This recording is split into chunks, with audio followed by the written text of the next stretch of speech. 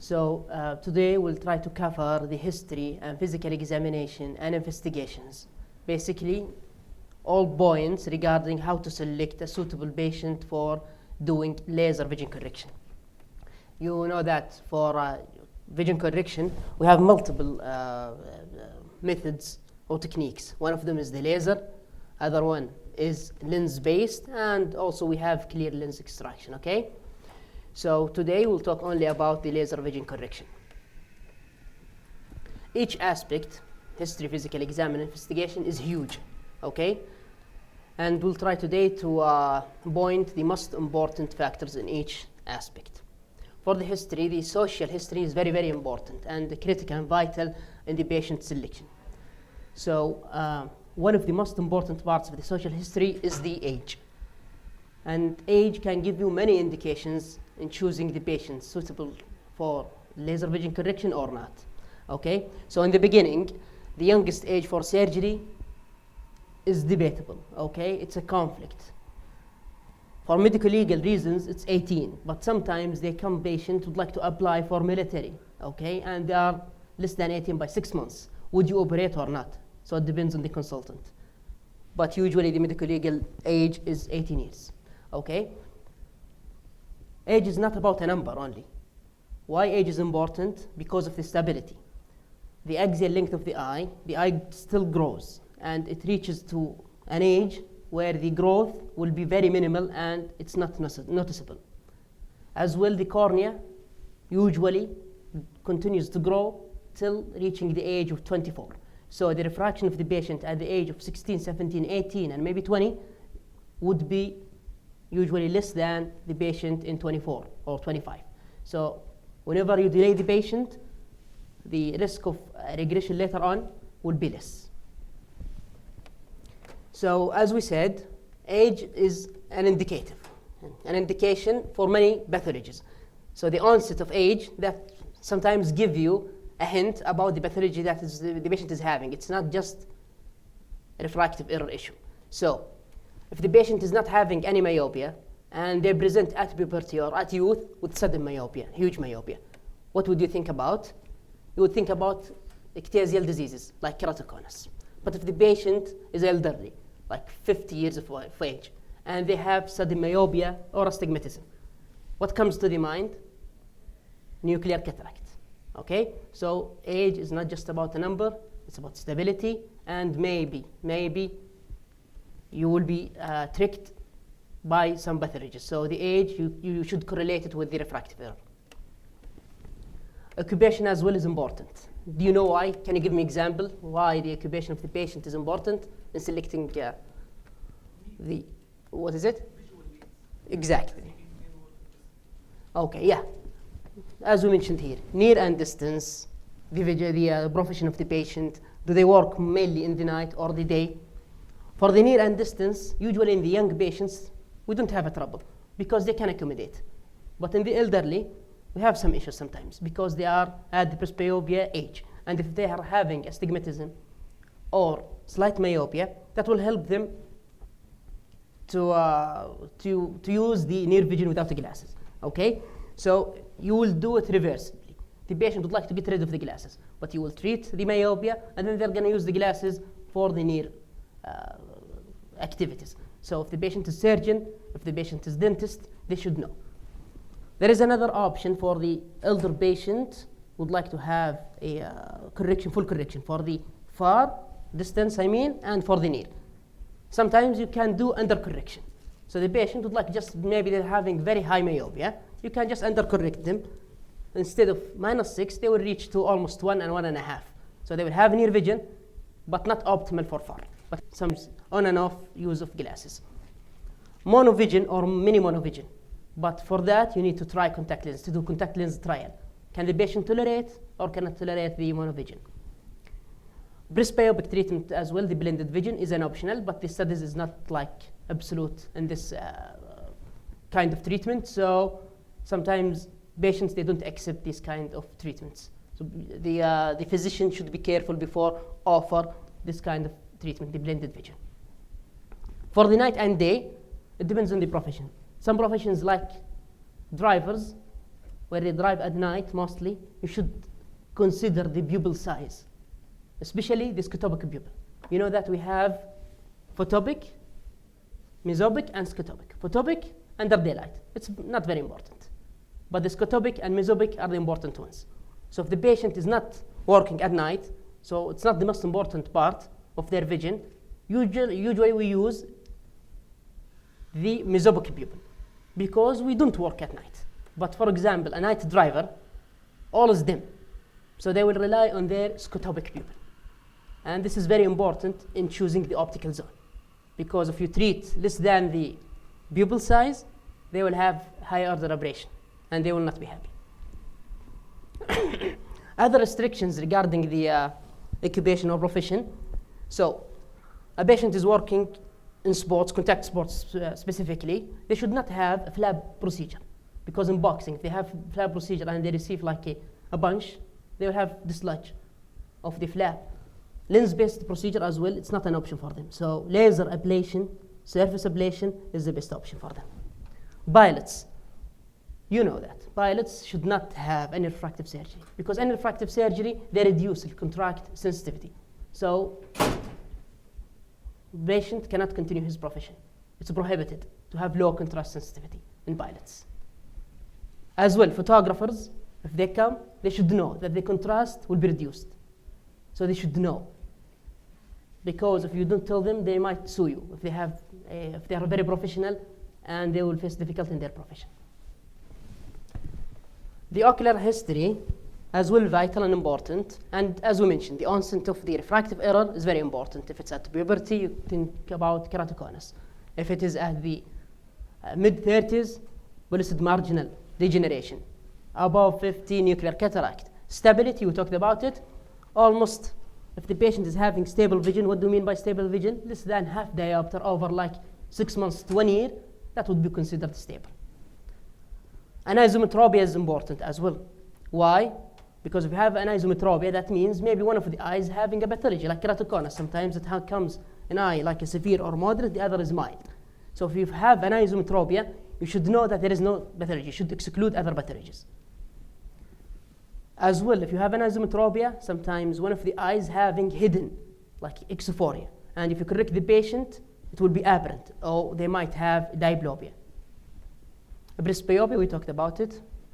Contact lens, I'm sure that you know all that we should remove it beforehand, before the investigation, because it affects the epithelium. It will cause the stroma to be thicker because of the osmolarity. It will affect the topography by the dryness, okay? So the patient should take off the contact lens before the visits, like 5 to 7 days. It depends on the contact lens type. Dry eye disease, it has many impacts on the investigation for the patient with the undergoing laser vision correction. Because, as we mentioned, affects the topography and tomography. It induces by itself the high order aberrations. It affects the VA and refraction. Sometimes refraction is not you think it's unstable refraction because it's changing. But actually, the patient is having dry eye. This is why they cannot make sure of their refraction. Okay, because you remember, it is subjective refraction, it's not objective. We need their answer for the refraction. K readings, they usually change in the topography and they become steeper and sometimes give you a hint like a hot spot and you think it's keratoconus, though the patient is having dry eye only. Thickness, hyperatrophy, okay? The epithelium will be hyperatrophied, and in case of like cataract or you'd like to do biometry, it will be inaccurate. Chronic allergy, very important because of the history of rubbing and history of keratoconus possibly. And as well, the healing after like laser ablation, surface ablation. Trauma, it might cause corneal opacity and scars, so you should like to know if the patient is having a trauma. Retinal tears, sometimes optic atrophy, so if you know the history, you can dig deep in the examination because sometimes we tend to do fast examination because we believe the patient is stable and everything is fine. So if you know that the patient is having like a trauma, you will be examining the patient in a better way. Previous surgery, patient is having cross-linking or previous laser vision correction, and this is a regression, very important. As well, retina surgery and glaucoma surgeries are very important, or lasers. History of glaucoma, okay, or family history of glaucoma, this is important, and you should know if the patient is steroid responder. Okay, sometimes they have never used the steroids, so you cannot know. some of the physicians, they do like a test, steroid test. They give the patient before the surgery on the clinic 1 week of steroid, and then they follow up the patient to see if there is high IOP or not. So this is an option. Herpetic eye disease is very important. If the patient is having recurrent red eye, you should consider it. And you should look for fizzles, you should look at the iris. This is important. If you know the history, you can be careful in the examination. The systemic health of the patient and the general health as well is very important. Why? Because it can affect the accuracy of the investigation that we are doing the patient, and we base our treatment on it, or as well it will affect the healing of the patient and it causes complications. The most common disease is the diabetes, and unfortunately here in Saudi we have many type 1 diabetes. So the complication rates, it is 47 if not controlled diabetes versus only 7% almost in normal population. And if the diabetes is controlled, the complication rates becomes between 6.5 and 11. So what is the impact of diabetes? It affects every part of the cornea. It affects the endothelium, the epithelium, and the infections. It causes infections. So how does it affect the endothelium? Affects the endothelium because, and what it's gonna cause if it is affecting the endothelium? It will cause the stroma to be thicker. The fluid will come into the cornea and it will be thickened. So we'll have increased thickness. And this is false one. So you'll base your treatment on a false reading or false thickness and curvature. The visual alterations. If the patient is not controlling the diabetes very well, you will have myopic shift with high levels, and you have hyperopic shift if the glucose levels are down. So, predictability. If you do your investigation over a patient with diabetes, you might not get the best results as the normal population. So 10 to 28% of the patients require enhancement. And we said because of the ultrastructural changes and stromal hydration because of the dysfunctional endothelium. So the recommendations, strict controlled diabetes, at least 6 months of less than 6.5 hemoglobinated A1C. You should do thorough slit lamp examination and dilated fundus examination, and to check the optic nerve as well. Hypertension is usually the contraindication of hypertension if it's uncontrolled or malignant levels. Thyroid, important because it causes dryness, dry eye. So it's not a contraindication, but you should look. If the patient is having thyroid, be more careful in examining the ocular surface. Atopy, so if you know the patient is having atopy or eczema, you might think about history of PKC as well. Immune deficiency, the American Academy and FDA, they don't recommend, or they say it's a contraindication to do laser vision correction, though some studies and reports, they say if it's controlled, you can proceed. Collagen vascular diseases are very serious, and they can cause many complications and devastating ones. So it can affect the wound healing. If you do the laser vision correction and you have epithelial defect, the healing will be very slow and might lead to melting or ulceration, haze and scarring because of the poor healing. It will cause a dry eye, as we mentioned, and the unpredictable measures. So even if the collagen vascular disease is well controlled, you know the patient's having systemic medications. So they are more prone to complications of these treatments. Sometimes the patient is having cataracts or high risk of infections. Or sometimes if they are using topical, mainly they will have a glaucoma. So recommendation, moderate or severe diseases and patient who needs multi-drug regimen should be excluded. You just lower it down to mild diseases that are very well controlled. And plus, the ocular exam is fine. Pregnancy is an absolute, and nursing absolute contraindication. Why? Because pregnancy changes the hormonal levels and it will lead to refraction instability. What about the topography findings? You will find the curvature steeper. You will find the thickness increased as well. And of course, the biomechanic stability of the cornea will be weaker than the usual people. Medications, you know, the Roaccutane, okay, it will cause moving gland dysfunction and dry eye disease. So in the reports, they said after finishing the Roaccutane, you can wait for 3 months. Then after that, you can proceed with the surgery if ocular exam is fine. Family history of ectasia and retinitis pigmentosa. But retinitis pigmentosa is overlooked. So be careful, okay? Ectasia as well. because I had like in 2 days back, patient with normal exam. But I knew that her aunt is having keratoconus, and I took the MRI number, and I discovered that she had an LKB one eye and cross-linking in the other eye. So it's better to move to another option if it's available and suitable. Physical examination, you should look at everything. The vision, make sure what is the potential. If there is an amblyopia, if it's minimal amblyopia, mild, you can proceed. Huge amblyopia, I don't advise it. It's a relative contraindication. Intraocular pressure, you should check for strabismus or hidden forias. Orbits and lids from ovarian gland dysfunction or thyroid eye disease. Color vision, very important. People applying for military, you do full correction and they just get rejected because of the color vision. So it's very important. ABD as well, slit lamp examination, dilated fundus exam. Refraction, you do dry wet, and we do post-mydriatic test. Not always we do it, it's the most accurate. What is it? Usually it is the manifest refraction, okay, after a patient. So I have the patient in my clinic, they have dry refraction, then they do the wet refraction, then they go home. 5 to 7 days they come back. And I do another manifest, dry refraction again. But my base, start point, is the previous cycloplegic sphere and manifest cylinder. From that we can just be more accurate. Usually it's not done for all patients. So presbyopia, we said that we need to do a contact lens trial. Ocular surface evaluation, we have many tests, okay? I just had few things that usually are fast in the clinic and I can rely on them. So blink rate usually 3 seconds for male, almost 3 to 4 females. You can just observe the patient while you are talking. Tear meniscus, the height, it's supposed to be 1 millimeter, okay? Schirmer test, the basic one with anesthesia, so you are not looking for the reflex, it's supposed to be more than 10. Tear breakup time from 8 to 10 seconds, okay?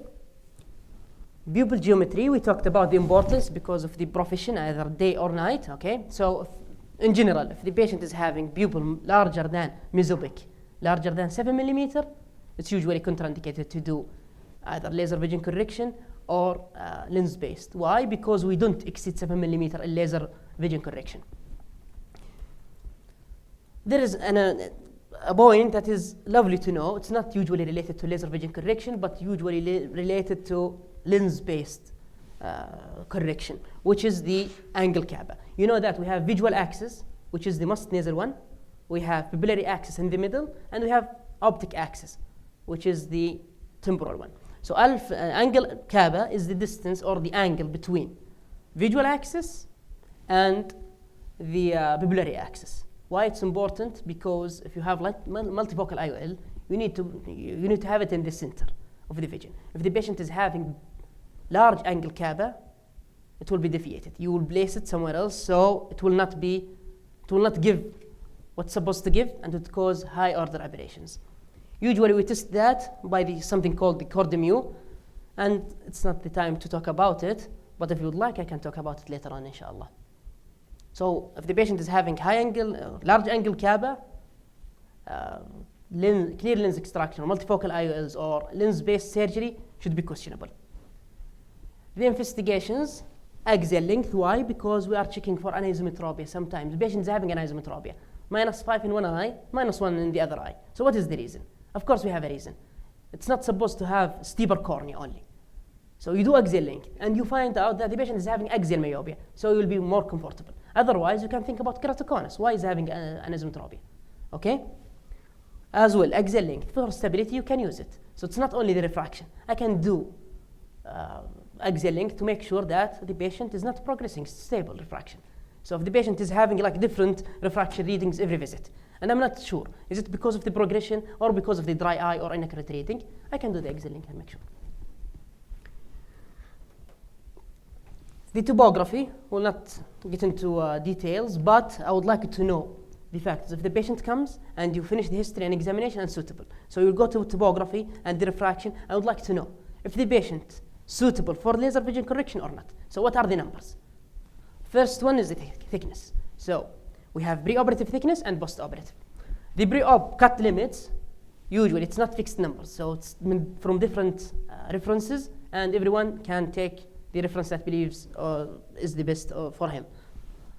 So preoperative for laser surface ablation, I usually consider 470 to 480 is the minimum. So if I have pre-op patient with 470, I will not touch, even if it's minimal. This is for my practice. Others, maybe if it's like half or one, they can proceed. But for me, I will not proceed less than 470. LASIK, sometimes we reach to 500. I increase it because I'm going to need larger flap. I mean, the flap will be like 100 thickness. So I will be more safer. The post-op, if I calculate, and we'll talk about how to calculate it, if we calculate the treatment of the patient, it's supposed not to have post-operative, not just thickness, cornea thickness, stroma thickness. So you exclude the 50 microns of the epithelium. So the residual stroma thickness post-op supposed to be at least 350 in surface ablation, 300 in LASIK. Why 300 in LASIK? Because of the flap 100. So we can give ourselves some room. For the one more factor, usually it's done for LASIK, which is the percent tissue alteration, BTA. Why it's important? Because if the patient is in the safe numbers, okay, you can proceed. But sometimes they have a thickness of like 600 or 650, and they're having very high myopia. So if you cut half of the cornea, you will be still in the safe zone. But actually, you weaken the cornea by half. So there is like this formula, which is simple. Just see what is the percentage that you're going to alter, and what is the residual. If it is less than 40%, that means you are safe, you can proceed. If it is more than 40%, you should stop, even if it is within the normal ranges, as mentioned above. So keratometry, important because of the quality of vision. We don't like patients to have less than 33 to 35 flat case post-op. Otherwise, even if they are 20/20, they will have quality issues. How do you calculate that? You take the K1, the flat K, from the topography, and multiply it by you take the total cylinder and sphere. Okay? Let's say 4 cylinder, 4 sphere, 2 cylinder, 6. Multiply it by 0.8 to give you a number. This number, deduct it from the flattest K. If it is more than 35, 33, you can proceed. For the hyperopic ablation, the number, you should not exceed the steep K. You're going to steepen the cornea. So you should not exceed 49 to 50 steep K. And you can take as well the total of the cylinder and sphere, multiply it by 1.2 and add it to the steepest K. So if you aim to treat all the cylinder, then after that, think about the residual sphere. I mean, if the ablation depth does not allow you, so if you would like to proceed with the patient, treat all the cylinder, and what allows you from the residual stroma, treat the sphere, remaining sphere. So usually don't exceed total correction of sphere and cylinder more than 8 to not weaken the cornea and to not cause haze and maybe high order operations. This is our last slide. I would like you just to pick up the most important numbers if you see the pentacam, so you know that the patient is high risk of keratoconus or not. Astigmatism is supposed not to be more than 6. Okay? If it is more than 6, think. Thinnest location should be above 470. Kmax, it's supposed to be, yes, Kmax supposed to be less than 48.7 or 49. Superior and inferior disparity, it's very important. Sometimes the case, it's not that much high, but if you look to the curvature map, you see like the superior is different than inferior. If the superior is more steeper, they should be like less than 2.5 diopter difference between them. If it is less than that and the superior is steeper, it's fine. If it's more, rethink. If the inferior is steeper, suppose the difference between them less than 1.5. If there is a skewing, usually there is a skewing in many patients, and it is like a mirroring, right and left. But how you consider the skewing is high risk or important to consider. If it is more than 21 from the 90, okay, there is a way to calculate it. So, for example, the inferior steep, you can make, from the inferior, you can make a straight line, superior line, imaginary line from that. And this imaginary line and the accurate or the usual line, or the patient's line of the superior astigmatism or superior steepening, if the difference between them Less than 21, it's insignificant. If it is more than 21, this is significant. But there is one condition as well. The astigmatism is supposed to be more than 1.5. So if there is a skewing, but the astigmatism is minimal, it's fine. Anterior float, more than 11. Posterior float, more than 20. Bellin-Ambrosio deviation, the number usually 2.11. If it is more than that, high-risk patient. The progression index in the Bellin-Ambrosio map as well. The average is supposed to be less than 1.2. And the spatial profile, you know. If it is slopes down at the 6 millimeter, this is high indicative of keratoconus. So these are the numbers. Just consider it when you look to the in the Pentacam. And if you find abnormal number, just rethink and do more investigations. I believe, okay. Very lovely, okay. So خلاص, last 2 slides. Optical zone. The minimum cut limits 6 millimeter in myopia. So you cannot do optical zone less than 6 millimeter in myopia. For hyperopia, 7 millimeter. For the maximum limits, 7 if you treat myopia, surface ablation in myopia. If it is LASIK, should not exceed 6.5 optical zone in myopia.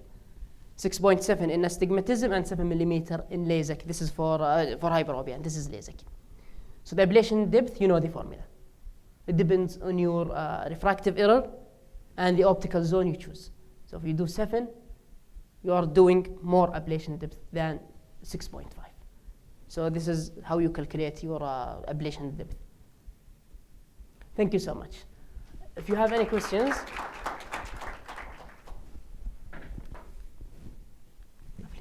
ما في سؤال ما في شيء؟ Okay.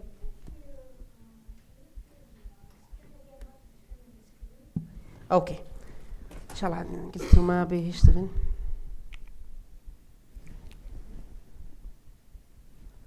ما يشتغل. Okay. So you know if you look to the curvature map, you have a steep axis and you have a flat one. It depends if it's within the rule, 90 degrees, I mean, in the superior, that means you are on the safe side. If it's against the rule, that means maybe keratoconus. So we'll talk about normal patient with the rule, okay? Sometimes there is skewing. You see the superior quadrant, it is skewed a bit to the right or the left, nasal or temporal, and the inferior as well, okay? So you go from the inferior line till the middle, and there is a line. So you can just draw imaginary line superior. Let's say, for example, the inferior axis is at, for example, let's say 240, okay? جاي كده. أنا أمسك imaginary line وأحطه فوق على 240 يطلع لي المقابل له كانت تجي 180. الثاني سكود صحيح الأساسي الموجود. كم الديفرنس بينه؟ If it is more than 21, that means, and the astigmatism more than 1.5, this is a sign of keratoconus. If it is this skewing is just less than 21 or the astigmatism less than 1.5, you are safe inshallah. Inshallah it's clear. And I hope, I wish that I brought a photo at least, but short notice. Thank you, Dr. Abdullah, for the comprehensive lecture. Most of the things that you mentioned, I do apply in my practice, but there is something that is challenging that I don't know how to calculate, which is when I enlarge the optical zone, I don't know how much depth ablation is taken from the tissue. Meaning, in the clinic, I can always just transport the formula that I have, the plus formula, which takes into consideration the cylinder and the sphere. They multiply by 15 plus 55 in the PRK, and then minus whatever central cornea thickness that I have. However, this is in the clinic. Later on in the Schwind machine, whenever I enlarge the optical zone to bypass the scotopic pupil, it will have more depth taken into consideration. Is there a way to pre-acquisite in the clinic to estimate how much every millimeter, how much depth will be taken into consideration? Yeah, usually this is the Monorlin formula. You can just apply it, but sometimes it's hectic, and you do it in the clinic. You just calculate. For me, I just have like few numbers. If it is like 7 millimeter, I remember them. 7 millimeter, it's almost 16.3. 16.3. This is for one diopter correction. If it is like 6.5, this is almost 15. So this is my consideration. So the difference is 1.5, 1.3. For example, if I have, as you said, this is very good note, the plus cylinder, you just transpose the correction or the prescription of the patient to the plus cylinder, so you will have the full number. And for example, it is 6, okay? And if you multiply it by 15, this is going to give you like maybe 90. For each diopter 1.5 and we have 6 يعني almost تقريبا بيكون 10 to 12. It's not a huge difference, but it's very important in KKH because we have thinner corneas and we have high refractive error. But to make it easier for you, if you plan to have it 7, think about 16.3 almost for each diopter. If 6.5, think about 15. Okay? طيب شكرا جزيلا. دكتور حياك الله دكتور سيد، الله يحفظك، تعلم منك.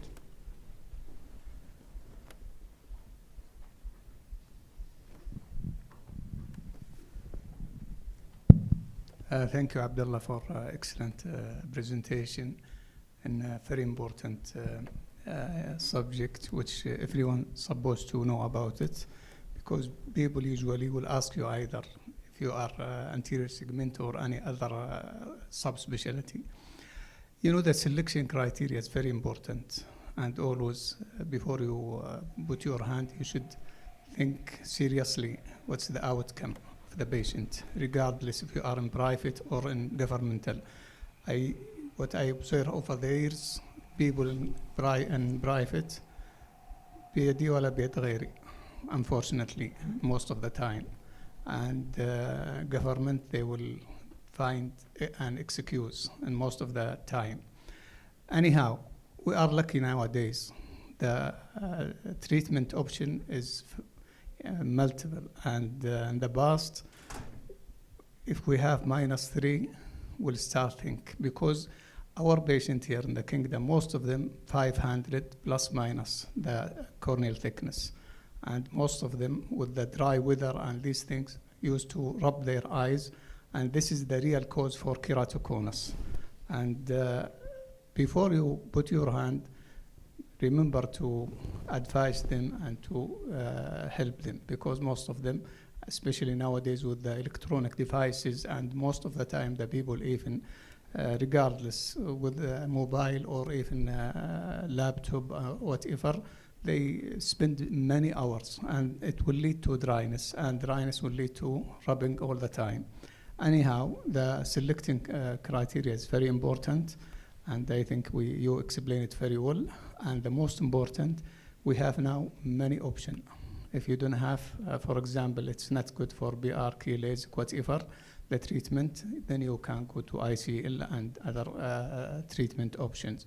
So my advice and message is to spend time beforehand and to explain to the patient the expected outcome. And even if he is not, all of the patient will tell you, I'm not rubbing.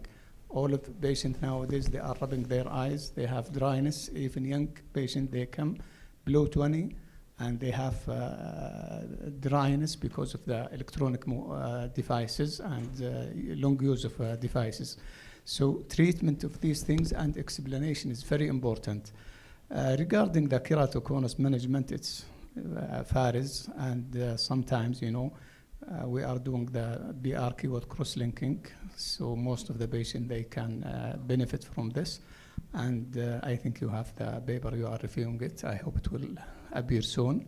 So thank you very much for your nice presentation. Thank you so much, Dr. Saeed. Allah يحفظك.